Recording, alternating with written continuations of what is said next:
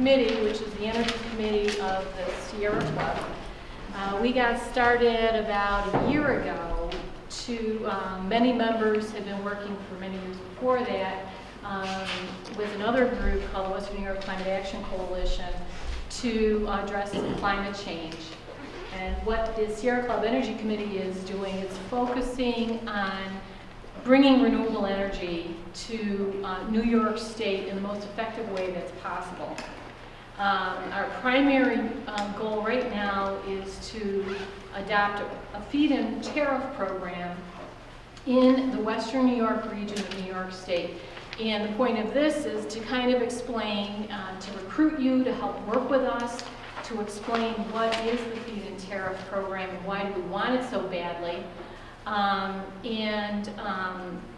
also to plug you into different activities that we have going to promote this particular program.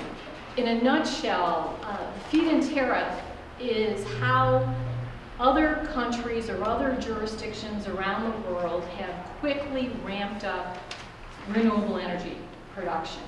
And the idea behind it is that you offer a set price to anybody who wants to produce renewable energy, be it a homeowner with solar panels on their roof, schools that want solar panels on their roofs, or farmers who are putting up wind turbines, or major developers who want to put up big projects. And you set the price that's high enough to pay for the cost of building a renewable project, big or small, however it's going to be, plus an additional amount that is sufficient for a socially acceptable profit, so that you can take this project to the bank. Because you're going to know, based on the technology and your neighborhood, the community, the place where you're going to build it, how much energy you're going to generate, and you're going to have a guaranteed price for the energy you're generating. And you'll be able to borrow money to put those systems up. And it's been hugely successful. It's been used in Ontario. They are to the point where they're planning to retire their coal-fired power plants. It was used very successfully in Germany. Japan, that closed down a lot of their nuclear plants after the Daiichi meltdown, after the tsunami, had trouble getting their people to accept restarting their nuclear plants. They've just announced they're going to adopt a feed-in tariff program. So basically, this is like the go-to way of building a lot of renewable energy really fast. Bill's going to talk all about it, how it works, and hopefully you'll love it as much as we do. And we can thank Dave Bradley, one of our long-standing members, for convincing us, telling us what this is, convincing us that this is the way to go, and sticking with this through many, many years of advocacy to many legislators as well as to environmentalists around New York State. So what I'd like to do is just give you an idea of what the program looks like. First, I'm going to introduce Rick Steinberg. I didn't touch on this, but we are also working with the schools to try to get them to adopt some renewable energy programs in the Buffalo Public Schools. And Rick has been very pivotal in getting that to happen. So he'll speak first. Then we'll have about a 45-minute presentation by Bill Nowak about the feed-in tariff and how it works. And then we'll talk about the Western New York project to adopt a feed-in tariff program in the Western New York region. And then talk about the various kinds of ways we're planning to advocate, the different types of methods we'd like you to plug into, be it letter writing or meeting with legislators. So we hope you enjoy the program. Rick, do you want to start?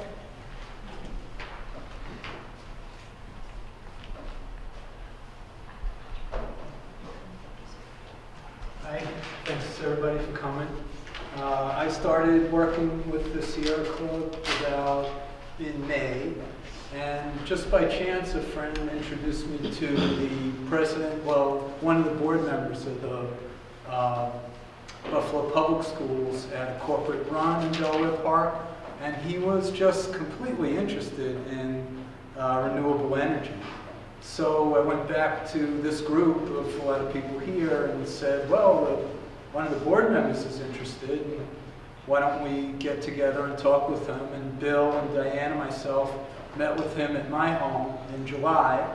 And he gave us the name of a few of the people who work in plant operations, who oversee the buildings in the Buffalo Public Schools. And there's about 70 buildings that they own. And we met with them, and you know, the initial meeting went well, and the board member turned out to become the president of the board after that. And we got some more support from the new superintendent when she came on about 3 months ago, and things really started to pick up. Bill contacted a person who's an expert in geothermal energy, and an expert in solar power, an expert in green roof technology, and an expert in the photovoltaic technology, the solar power. And one by one, they all came and gave presentations to the Board of Education Plant Operations Department. And the discussions were real active and energetic.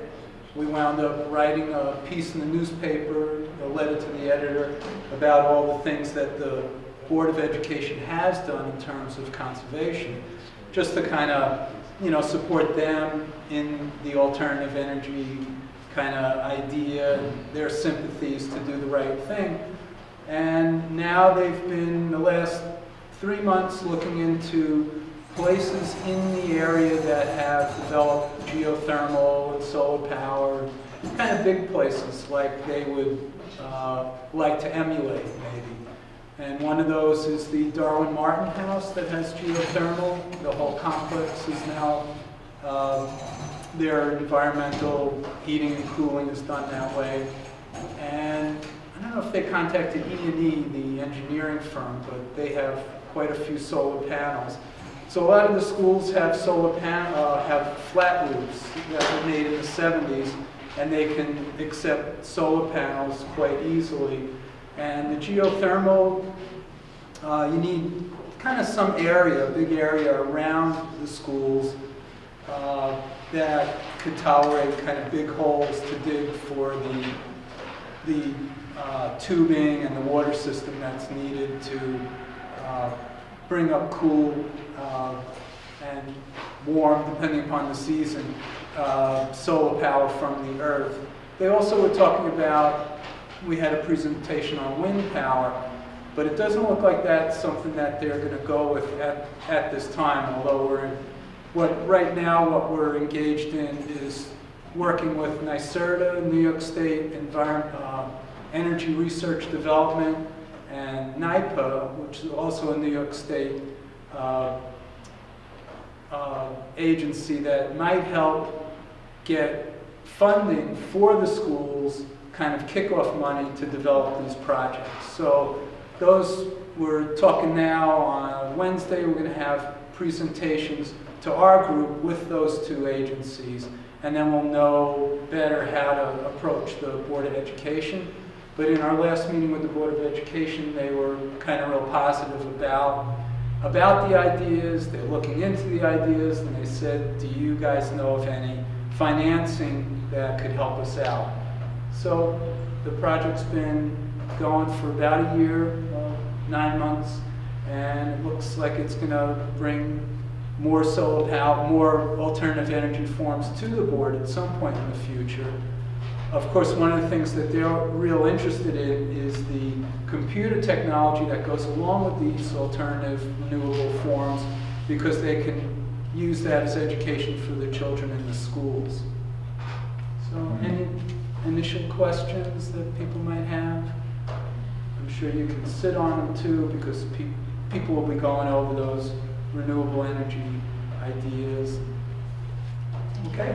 Thank you. Joel? Just one quick question. I'm getting some solar panels installed on my house, and they're being installed by Solar Liberty. So I talked a lot with the people at Solar Liberty, and I think they've told me that they have been installing solar panels on at least one or more Buffalo schools. Is that right? Well, the active word would be Buffalo schools, in the sense of the schools are in Buffalo. but they're not Buffalo public schools. Ah, I So see. those I schools, see. you know, we had a few articles that we passed around about the Catholic charities who have schools in Buffalo and they have solar panels, and I'll bet those are the ones Solar Liberty put on. What we're talking about is kind of a bigger project because they have about 70 buildings, and we're hoping, you know, quite a few of those buildings might come on with these types of renewable energy sources, because it'll save the schools money, it'll be better for the environment, it'll be better for the health of the kids, and the kids will use it as a learning resource. This is, forgive me for being Yeah. late, this is the NIPA program you're referring to, or? Well, No, NIPA and NYSERDA we're having a meeting with them on Wednesday, and they might, or on Tuesday, they might have resources to bring to the table to help the Buffalo Public Schools get these kinds of projects started. Because in Kenton, I applied for the NIPA program 2 years ago, Cool? and 14 of our buildings qualified with 40,000 feet of roof space Wow. and structural integrity that would have allowed them to house the panels, but there was no funding. Oh. Or it wasn't alive, it was just. Right. Mm. There was an article online about the funding that's now available because Governor Cuomo is behind it. So it'd be interesting, somebody in the group could probably get you that article that we passed around in the group in the web, which is one of the really neat things about this group is you get a million emails about all different things, and kind of fun to read. Thank you. Thank you, everyone. Well, just so that you know the power of the feed-in tariff in Toronto, the Toronto Board of Education arrived at a $450 million deal with a solar developer to put solar panels on all of their schools. And what the Toronto schools got in exchange was repair of all of their roofs that were in deteriorated condition, plus another, I think, $120 million. So basically, that's what you can do with this program. And so anyway, so moving on, Bill Nowak. Bill Nowak was commissioned by our committee to write the Clean Fit summary, which is being held up over there by Linda Schneekloth, about the feed-in tariff program and how it works. And you're welcome to take one of these books. If you'd like to make a contribution, they're $7 each, but they're free if you want to take them. It's just that contributions are always helpful. He's a stalwart of the environment community. He's won many awards for his outstanding environmental work. He was the legislative aide to Antoine Thompson in the New York State Senate and introduced a feed-in tariff program in the New York Senate, which unfortunately failed. But still, we're plugging away. And Bill, if you'd like to begin your Hi everybody, I'm going to be sitting down where you can't quite see me for most of this, but I wanted to get a look at you before we get started. Can I have a show of hands of who was at Saturday's presentation? Okay, so who wasn't? You folks there? Okay. So since many of you have seen it, I'm going to go kind of a little fast on some of the slides, but the ones that we didn't cover on Saturday, I'm going to spend a little more time with. I had wanted to give everybody a pop quiz on this, and I was vetoed by folks. But I did want to give you these sheets. If you could take it and look at it and be thinking of these questions as we're talking. And this will be your sheet to kind of take home to remember some of the key facts that we're going to be talking about.